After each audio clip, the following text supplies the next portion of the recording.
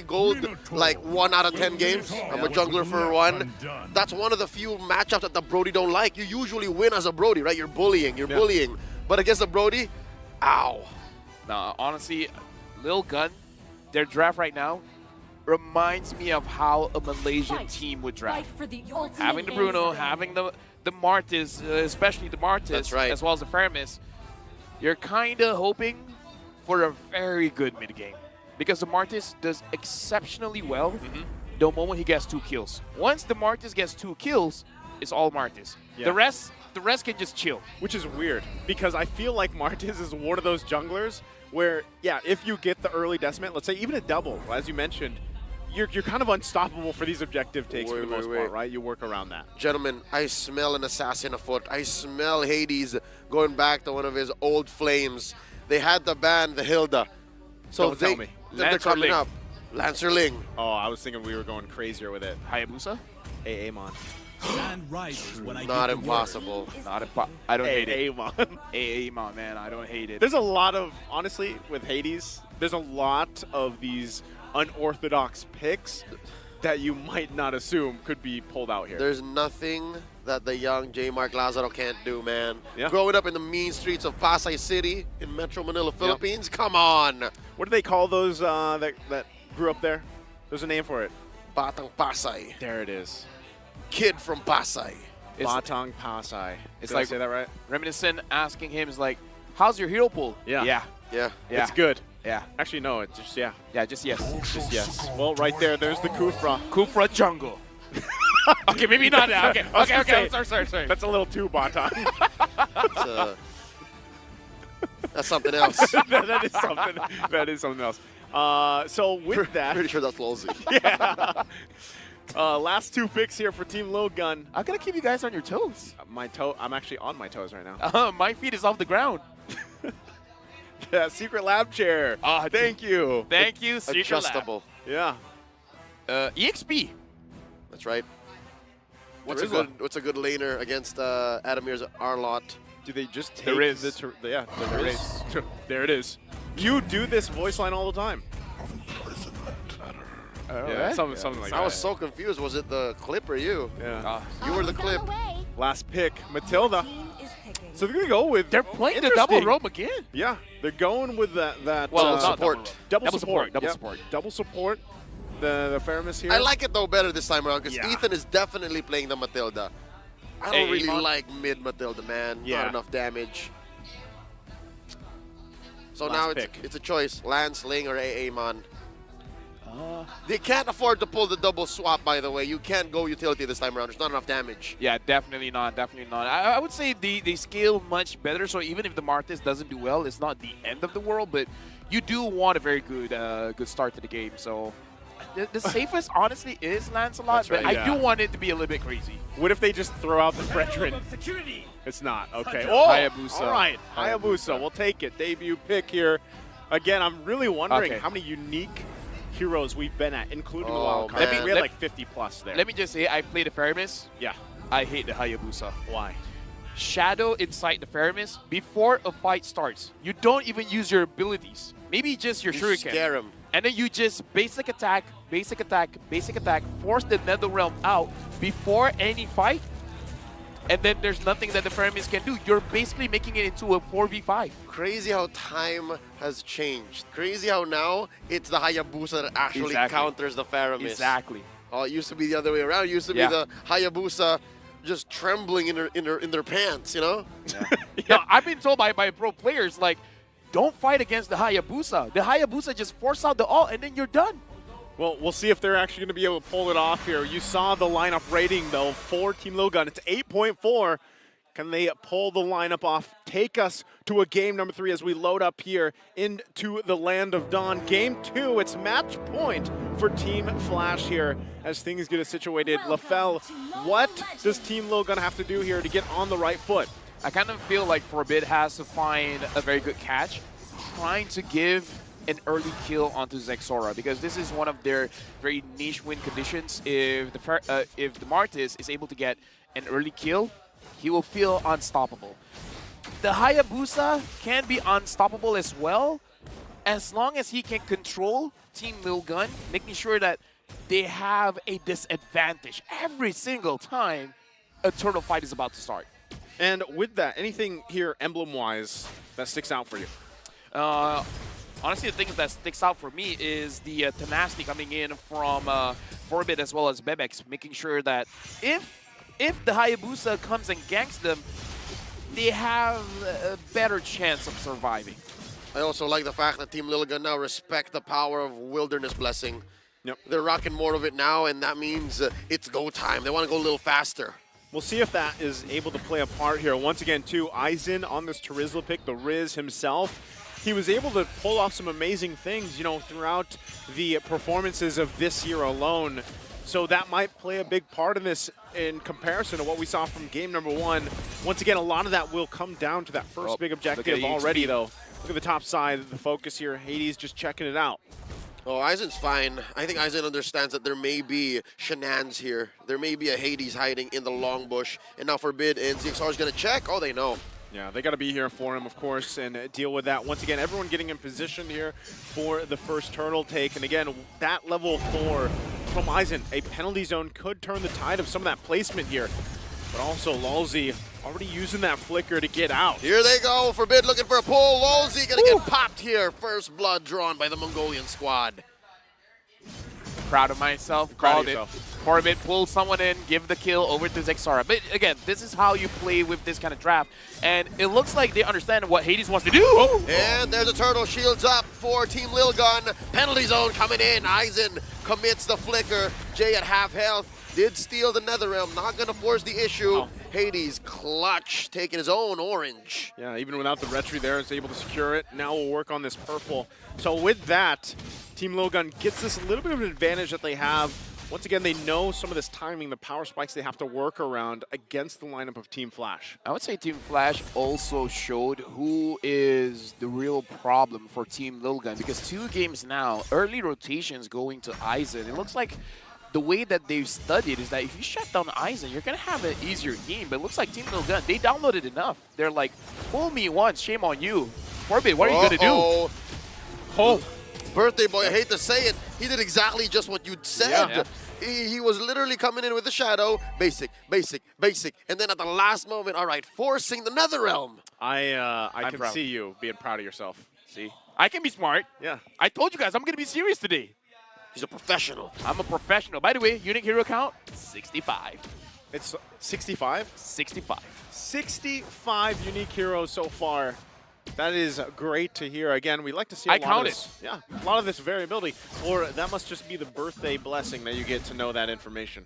Oh yeah, that's the new Rome Boots birthday blessing. There it is. Now, bottom side. Already some focus here. Big jump from Lulzy. ZXR, perfect timing on the iframes. Missing, that could have been disastrous. Right now, Hades, the best thing that he can do is just to farm up a little bit faster than Zexora, having at least half an item more than Zexora, and at that point, even though it's a little bit late, you can't kill people off. Coming in, Ethan with the circling eagle, compromising Hades' position. Grand Theft Orange.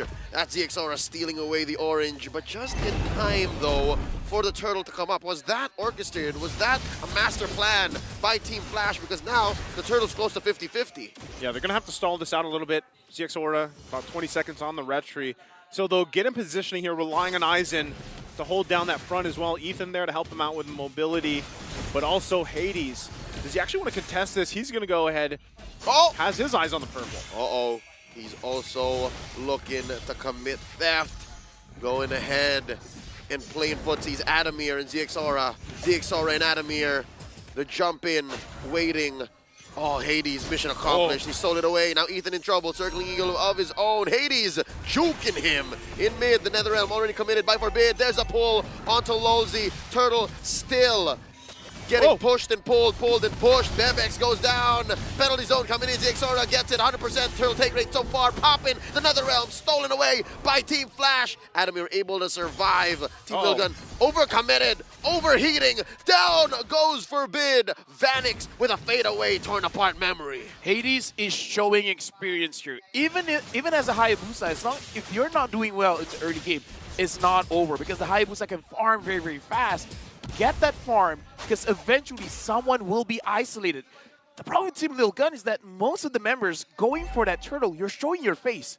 If 4 people is at the turtle and 1 person is clearing a lane, who's unguarded? Just go for that 1 person. Yeah, not only with that, but decisions like that, it all will kind of collapse eventually and really fall into place. But so far, it's relatively even across the board, even when you're looking at the items here, the gold-wise and everything else. So one team has found their winnings in the early game where they have, but yeah, mostly, Hades doesn't have to contest these if he doesn't want to. And at one point, too, the problem with a Hayabusa across from you is it's very similar in a situation, for example, with a Ling when Ling was dominating in the jungle, where you don't actually have to be there for all those lore dances. Sometimes some very mechanical mechanical strength players, they can just kind of go in, get the retry off, and get out without even fighting. But look at this in the mid lane. Forbid, again forced to use another realm, despite that Hades just popping it that quickly. And now, Team Lilgun thinking about it, 20 seconds to the next turtle. They can do it. They can force the fight. Lozi obliges, catches him mid-air, collects him with an ult, and now the circling eagle puts him right where he needs to be. Down goes Lozi. They pop a few shields. Penalty zone from Aizen. Double kill by ZXORA. Gets a 3rd. Triple kill by the Mongolian jungler. You're doing it again, LaFell. You talked about the snowball effect when ZXORA gets these kills here. Is he where he needs to be? Oh yeah, definitely, but Hades definitely made a mistake. He did not have to use his ult just to bait out Forbid from using his Nether Realm. That was a little bit too much. Well, even with that, still trying to work for this turtle. ZXORA will be able to secure that. That's 3 now for Team Lilgun. Circling eagle, putting him down into the ground, taking a dirt nap. Team Lilgun, they're a new team here in game 2. I mean, I guess downloading complete. Downloading complete now. The game is in their hands. But Vanix, I do have to say, the gold lead just now for Team Flash, it's mostly on Vanix. And that's where you want it to be. Salt in the wound. Salt in the wound. Hey, right now, though, You were still to find something. Yeah, Vanix. That's a boo-boo. I'm just saying that Vanix has been having a lot of free time farming. He will eventually become a problem. That's the basic gist of it. He's the only one who hasn't died. He's the only one who has a gold lead over his lane mate. So he's the one shining beacon for Team Flash, I guess. Yeah, because Lilgun, as long as they don't make the mistake, because I'm really looking into a situation where they overcommit on most of their skills with Adamir, with Lozi, even with Hades, and then just leaving the floor open for Vanix to just free hit.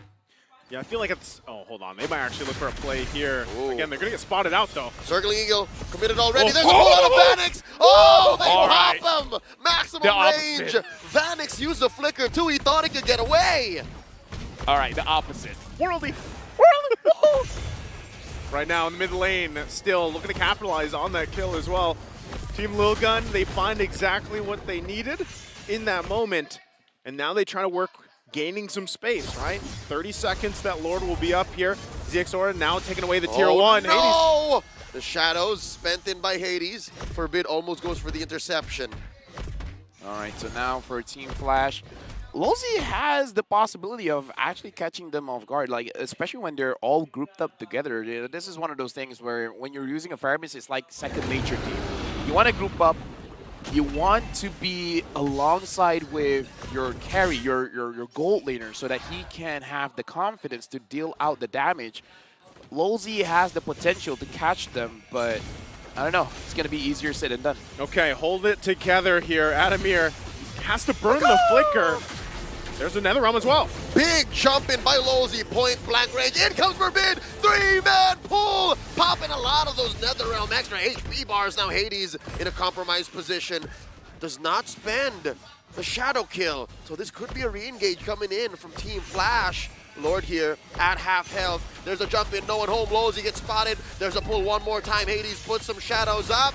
Looking for the jutsu. looking for the kills. Oh. Team Lilgun takes it right then and there, welcoming Hades into their loving arms. A pickoff, a lord, a big win for Team Lilgun. Hades, you gotta calm down, man, because right now he's trying to put too much burden on his shoulders. He's really trying to carry his entire team, but I gotta say, even if they got the Lord, it's probably not worth it. It's probably a better idea just to farm up and then having enough damage for when Lolzy makes a play. I know what he was trying to do. Yeah. I just don't know if it's worth it. Not only that, but given that the way that things unfolded in that fight, the zoning potential right now is so intense. Even here, assaulting that tier 2. Right now, Team Flash just kind of struggling. They have to get to their base and deal with this. It is only the first Lord. They should be able to make quick work. But once again, the final slash as well. So we'll see how they play around this. If actually Team Lilgun wants to pressure even more so. Here we go. Mid lane, Holy Shields popped. Bottom lane as well, Lord still standing. Lolzy set it up, did not commit the ult. Team Flash able to successfully defend. Hades struggling to get a buff, struggling to farm up, make some moves, get some space across the map. His purple once more taken away. Not a good day to be an assassin player, let me tell you that. At this point, the way that Team Lilgun is holding the map, it's kind of hard to split push as well, because that is an option, but it's not an easy option to do when Team Lilgun is all over the place. Oh, there's one. A setup, close call, not gonna force it. Speaking of split push, look at Hades. He's actually making moves here. Not gonna overcommit. Yeah, he's not going to overcommit to that. He probably could have continued to put a little bit of pressure in there, but it's better to be safe than sorry, right? Wow. Gets back. Calculated. It's gonna work. Yeah. Calculated. And Perfectly fine. Again, I kind of, okay. Ever after. Even if I said, there's no way. Yeah. I don't know how to feel. It's like saying things will happen, doesn't happen. So, okay, Team Flash, they do have the capability to split. As long as Team Lilgun is able to control the waves, it shouldn't be that big of a problem. But as long as Team Flash, they're able to have this like tug of war with Lilgun, then yeah, perhaps they can take a few turns. Not only that, but positioning for Vanix is going to be crucial, right? Obviously, he was picked off a couple times, or at least zoned in on from Team Lilgun. So he is, relatively itemization-wise and everything else, he's fine. Oh. There we go. Shadow kill already preemptively used, and just like that, Team Lilgun forbids specifically says, not this time. I know what you're doing. Yeah, he's just trying to put the pressure there again, all before this next big objective comes up. But we might even see Hades just continue to put some pressure on the side. Here we go. The final slash puts them where they need to be. The Netherrealm, the response from Forbid. Oh, they're going to go for it. Now the call is to blitz the Lord. Lord at a 5th of its health, a 6th, an 8th, a 10th, and that's a score. ZXORA committing the retribution. Both teams disengage. It really does look like Team Lilgun understands what Team Flash wants to do, because they put everything onto Forbid to force out the Netherrealm. And because the Netherrealm is not there, Team Lilgun understands they have a very small window to get this Lord. And they rushed it out. No hesitation at all. They understand it's now or never. If we're trying to go for a Lord dance, we're going to lose, because that Netherrealm isn't going to come up very soon. Yeah, and they've, obviously the way that things are kind of unfolding here, they've learned, hold on, Hades should be able to just get out of there fine, but they have to deal with this Lord now, bottom side, trying to hold it together. Once again, looking with their backs against the wall here. This could be a moment for either Lolzy or even Adamir to find their own setup if they can, or at least respond to Team Lilgun here. And they go for it. Here we go. Hades gets caught with a lot of wisps, forced to use a shadow kill, all ready to protect himself. Netherrealm committed. That's Jay saving his teammates. Mid lane gonna go down. Bottom as well gone. There's a big jump in by Lolzy. Life bars, HP bars melting. Hades playing with all of his shadows, the world he spent in. And just like that, both teams juggling damage, juggling resources. No one falls, save for all inhibitors inside of Team Flash's base. I gotta look at the items. I kind of feel like Vanix may need a Demon Hunter story, because the damage doesn't seem like it was enough to take down the...